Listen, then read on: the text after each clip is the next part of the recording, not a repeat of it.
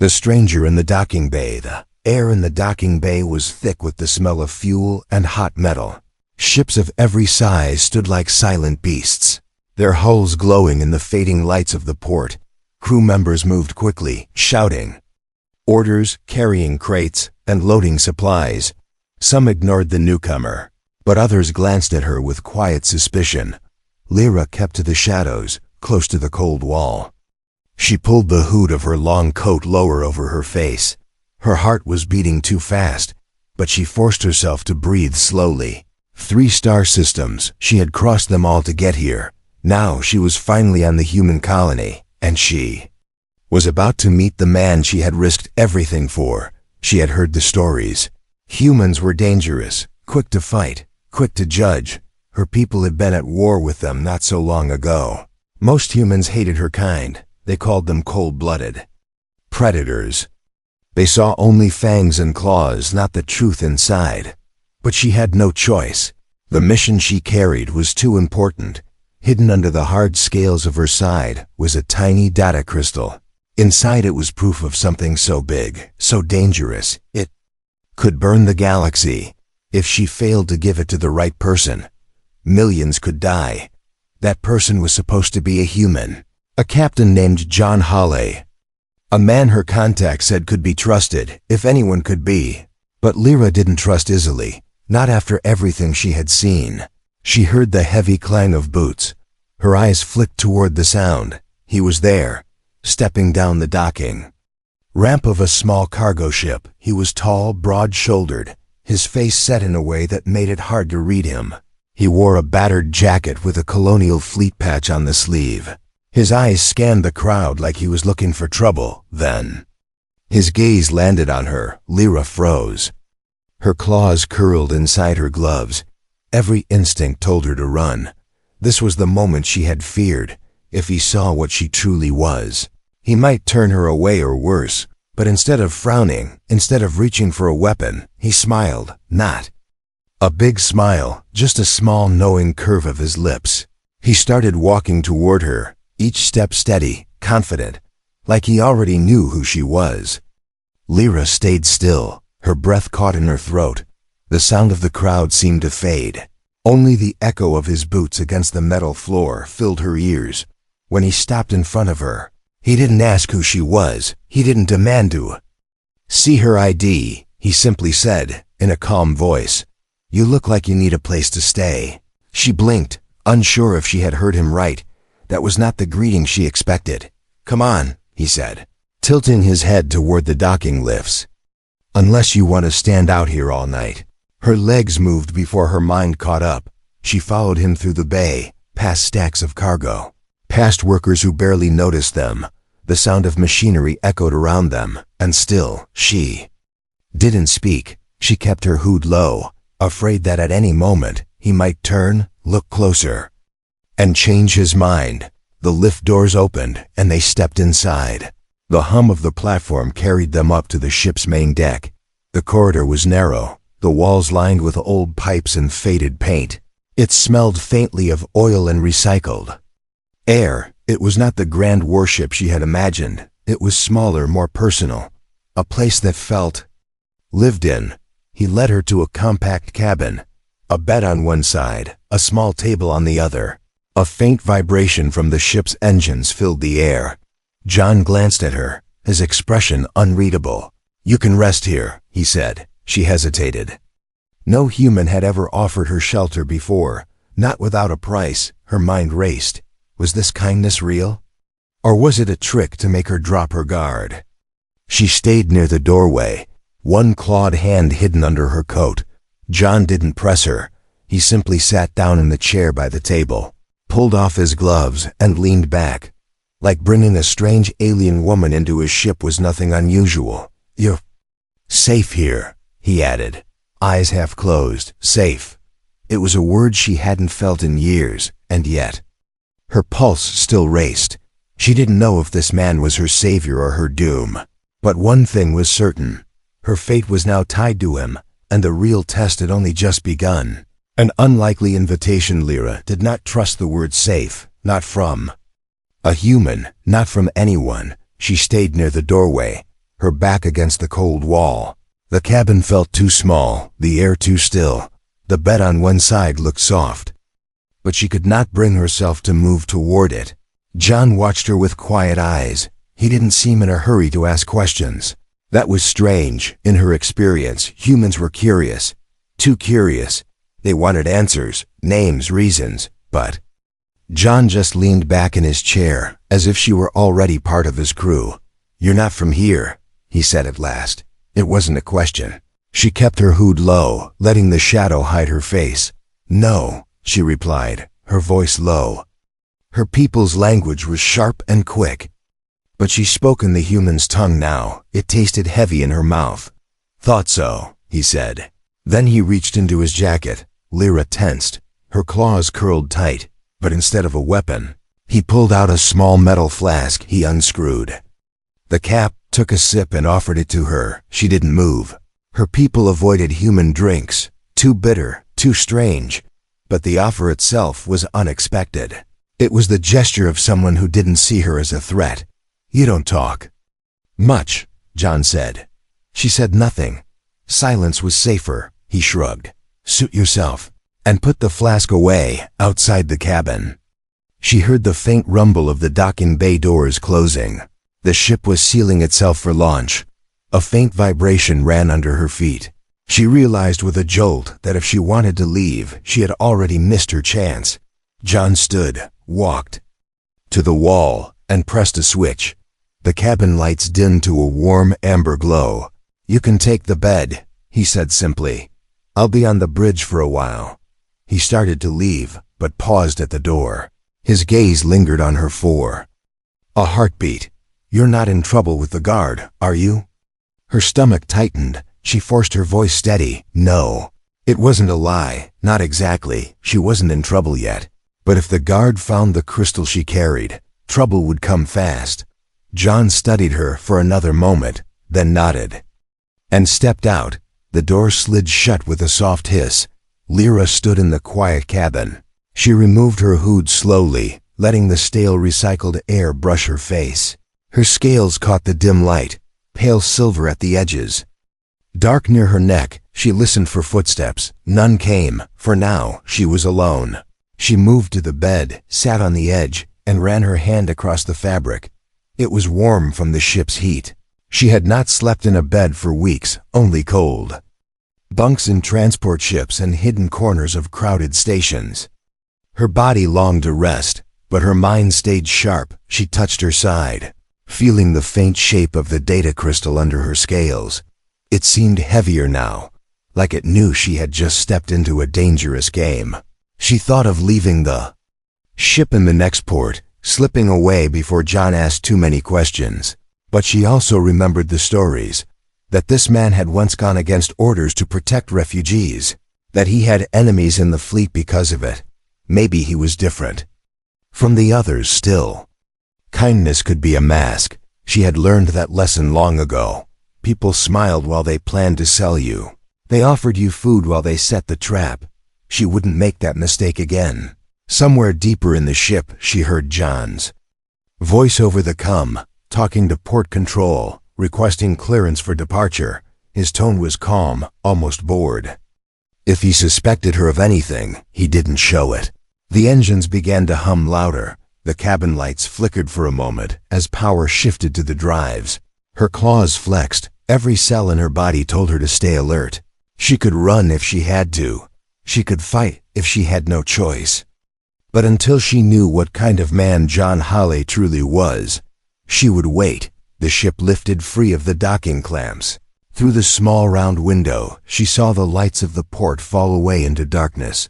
Stars stretched across the void like cold fire. This was it. She was trapped on a human ship with a man she barely knew. Her mission was still ahead of her. The danger was still close behind, and for the first time since she had landed, she wondered which would find her first. Asterisk. Secrets in the dark. The hum of the ship's engines was steady, almost soothing. But to Lyra, it was the sound of a cage closing. She lay on the bed, eyes half open. The warm cabin light had faded to a dim red night glow. Outside, the stars drifted Past the small window, like silent watchers, she could hear John moving in the corridor now and then. His boots made a slow, even sound, not the rush of a man in danger, more like someone taking his time thinking, that worried her. Men who thought too much usually asked questions she didn't want to answer. She rolled onto her side, her palm brushing the edge of her ribs. The data crystal was still there, hidden under her scales. It was no bigger than a human's thumb, but the weight of it pressed against her like a stone. She could feel its faint pulse, a slow thrum, almost alive. Her people's tech was organic, grown rather than built. If John saw it, he would know it wasn't human-made. She closed her eyes, trying to rest. But the darkness behind her eyelids wasn't peace, it was memory. She saw the burning towers of her city, the human fleet in the sky, the sound of sirens and the air full of smoke, her younger brother's voice calling her name, and then nothing. A soft creak pulled her back to the present. Her eyes snapped open. The cabin door was still closed, but she could feel it. A presence. Someone was near. A shadow shifted under the crack of the door, too still to be a passing crew member. She stayed motionless, her breathing slow. If it was John, why was he standing there? Not knocking, not speaking, just waiting? Her claws flexed silently under the blanket.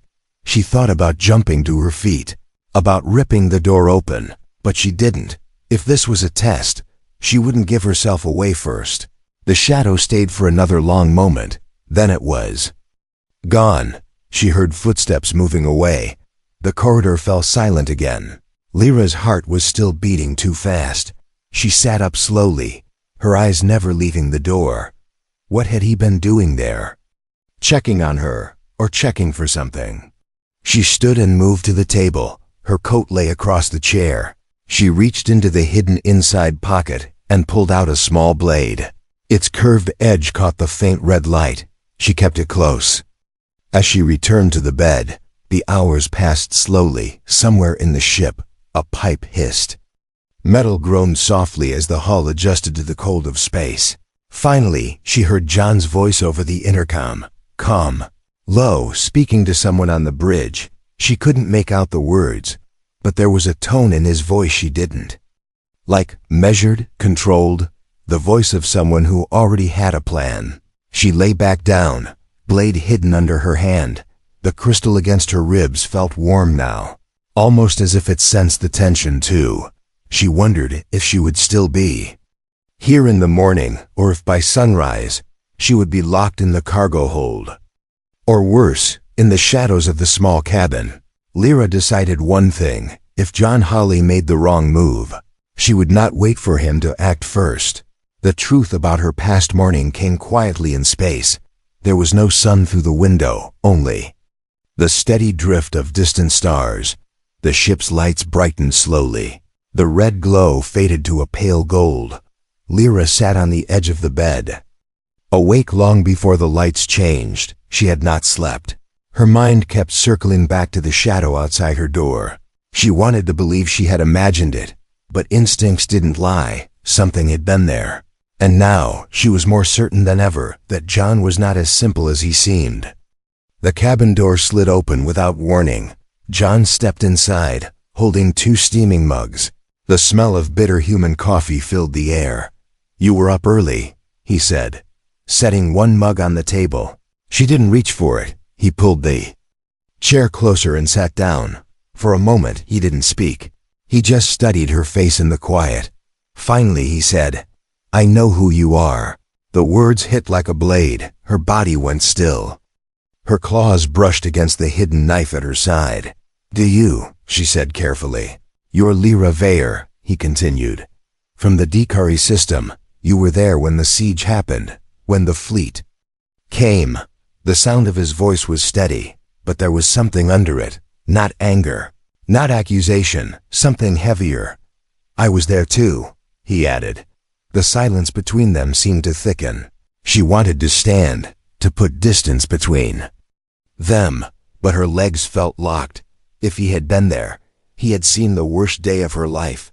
He had seen her city burn, her people scatter, and maybe He had been part of it. Were you fighting? She asked at last. Her voice was flat, but her chest tightened as she waited for the answer. Yes, he said, without hesitation. Orders came down. We were told your kind were building weapons that could end the war, so we destroyed the factories and everything around them. Her hands curled into fists. That wasn't a factory, she said. It was a shelter. His eyes didn't leave hers. I know, he said quietly.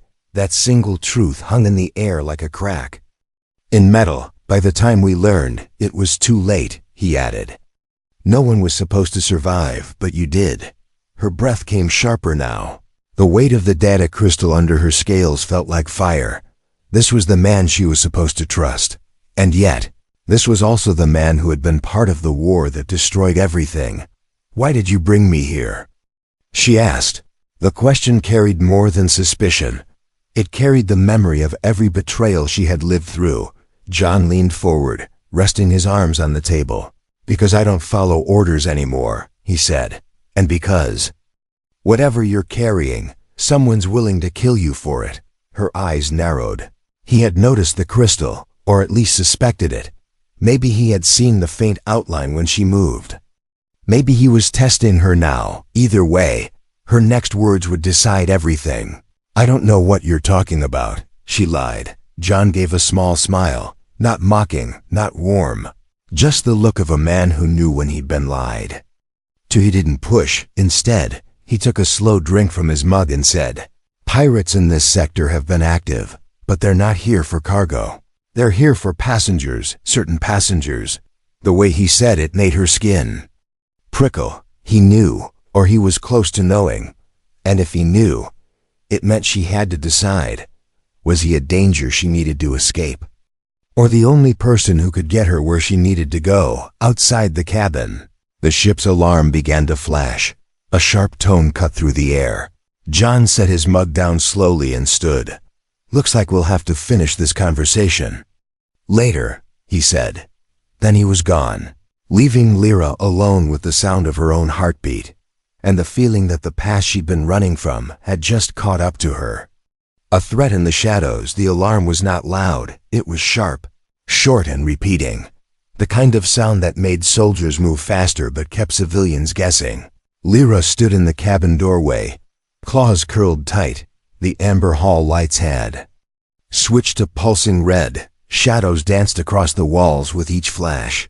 Through the corridor, she could hear boots striking metal, voices over the come, fast, clipped. John's among them. Low but firm. Bridge to all decks. Unidentified vessel at 3 o'clock.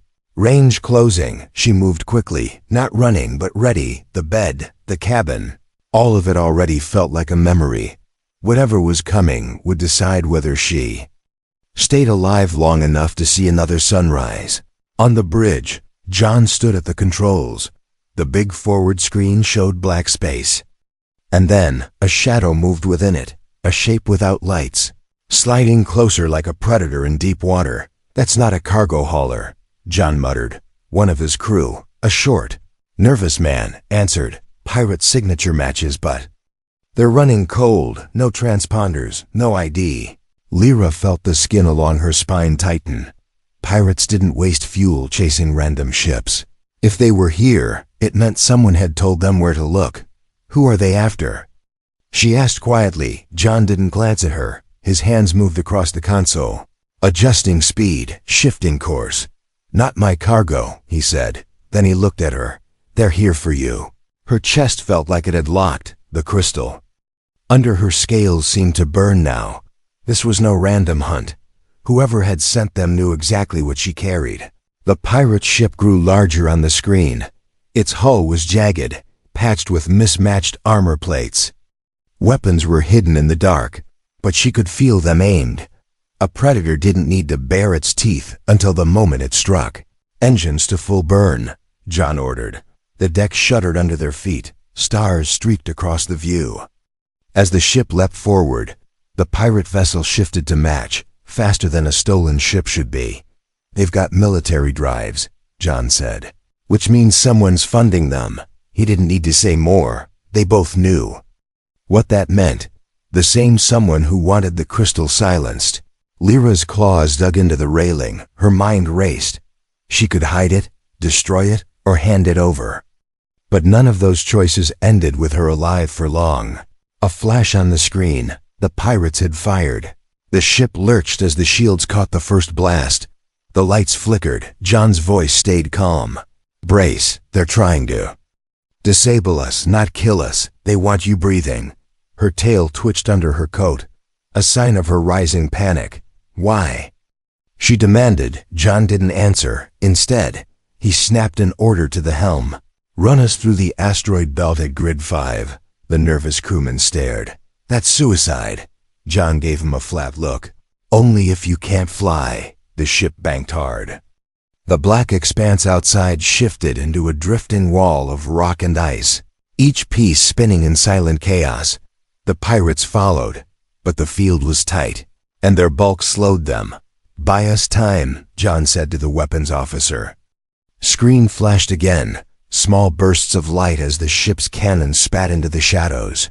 Not enough to kill, just enough to make the hunters hesitate. Lyra gripped the back of John's chair. Her voice was low but steady now. "If they catch us, they will take the crystal." John's eyes narrowed. He didn't even ask what she meant. "Then we don't let them catch us," he said. For the first time, she felt the smallest thread of something that might be trust. Not because he was gentle, but because he spoke as if failure simply wasn't an option. Behind them, the pirate ship's outline flickered in and out of view through the spinning debris. But it wasn't gone.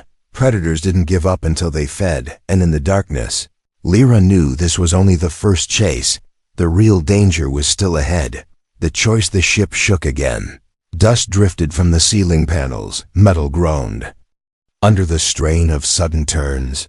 But the sound that made Lyra's pulse spike was not the pirate guns. It was John's voice, low and direct.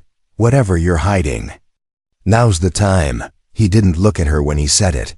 His hands stayed on the controls, eyes fixed on the narrow path between spinning chunks of rock. Outside, massive shadows slid past the viewports, each asteroid a world-sized bullet, waiting to smash them into scrap. "I'm not," she began. "Don't lie," he cut in. The words were sharp. Not angry, just final, like a hatch slamming shut. The ship banked hard. Gravity shifted under her feet. She grabbed the railing and felt the crystal press into her ribs again. It was like carrying a heartbeat that wasn't hers, each pulse reminding her, if this thing fell into the wrong hands, whole cities would die without warning. Her people's scientists had called it the seed, a living archive of tactical codes. The kind of information that could give any fleet control over the weapons of both species. In the wrong hands, it was the end of the fragile piece. She reached into her coat, her claws hooked under a scale at her side, and with a small twist, she pulled the crystal free. It shone faintly in the dim light, organic and metallic all at once, like a drop of frozen starlight. John glanced at it, just for a second. His eyes tightened. "That's not human tech," he said. "It's not supposed to be in human space." "It's not supposed to exist," she replied. Her voice was low, the kind of low that carried memory and warning in equal weight. A blast rattled the hull. Closer this time, the pirates had found an opening on the screen. Their ship loomed larger again. They weren't firing to kill, they were hurting, pushing John's ship toward the edge of the asteroid field, where a clear shot would end the chase in seconds. "Give it to me," John said. She stared at him. "If I do, how do I know you won't hand it over?" "You don't," he admitted, then with no hesitation. "But I know if you keep it. We're both dead in 5 minutes." The ship lurched again. Warning lights blinked on the console. The crew shouted over the come. John kept his eyes forward, one hand outstretched toward her, steady, waiting. The other still on the flight controls. Every instinct in Lyra screamed not to trust him. But another voice, quieter, reminded her that he had chosen to run instead of bargain with the pirates. That alone had cost him fuel, safety, maybe even his life. She stepped closer. The crystal caught the flashing red light as she placed it in his hand. It felt like surrender, but also like loading a weapon, because now, if John Hawley betrayed her, she wouldn't hesitate to take it back the hard way. "Strap in," he said. His voice didn't rise, but it carried a new weight, something between a promise and a threat. Things are about to get ugly. Trust. At last the ship dropped out of the asteroid field like a stone breaking the surface of water. Behind them, the pirate vessel tried to follow, but a sudden spin of rock the size of a battleship clipped its wing. The pirate's shields flared, sparks burst from its engines, and then it was gone. Swallowed by drifting shadows, silence fell on the bridge. Not the silence of peace, but the heavy quiet after a fight you're not sure you've won. Lyra stayed standing, claws still hooked into the railing, her eyes never leaving John's hands. The crystal was there, sitting in his palm, unharmed, untouched. He studied it for a long time, like a man weighing whether the thing in front of him would save his life or end it. Then, without a word, he closed her fingers around it and let go. "It's yours," he said, "not mine." The gesture hit her harder than she expected. She had imagined snatching it back, fighting for it. "Not this. Why?" she asked. Her voice was rough, not from anger, but from something she hadn't felt in years. "Because you risked more than I did to keep it out of their hands," he said. "Because if I keep it, every hunter in the sector will be after me, too." A faint smile touched his lips. "And because I've seen what happens when people take things that don't belong to them." For the first time since she boarded his ship, she let her shoulders drop, just slightly. It wasn't full trust, but it was the closest she'd come in a long time. The bridge lights dimmed to cruising level. Outside the viewport, the stars returned, cold, endless, and waiting. The pirates might have been left behind, but the way John's jaw tightened told her he knew this was only the first move in a much bigger game. "You'll need a place to hide," he said. "I know a station that owes me a few favors." He didn't ask if she wanted to go there. He just set the course, as if her choice had already been made. Lyra slid the crystal back under her scales. The familiar weight settled against her ribs, but for the first time since she had taken it, it didn't feel like she was carrying it alone. She sat in the co-pilot's chair, her eyes on the streaking stars ahead. For years she had moved from world to world, never stopping long enough to belong anywhere now. Sitting beside the man who could have been her worst enemy, she felt the faint pull of something she couldn't name. Not safety, not yet, but maybe. The beginning of it, somewhere deep in the ship, a cum-light blinked, a message waiting. Neither of them moved to answer it. For now, the galaxy could wait. Asterisk.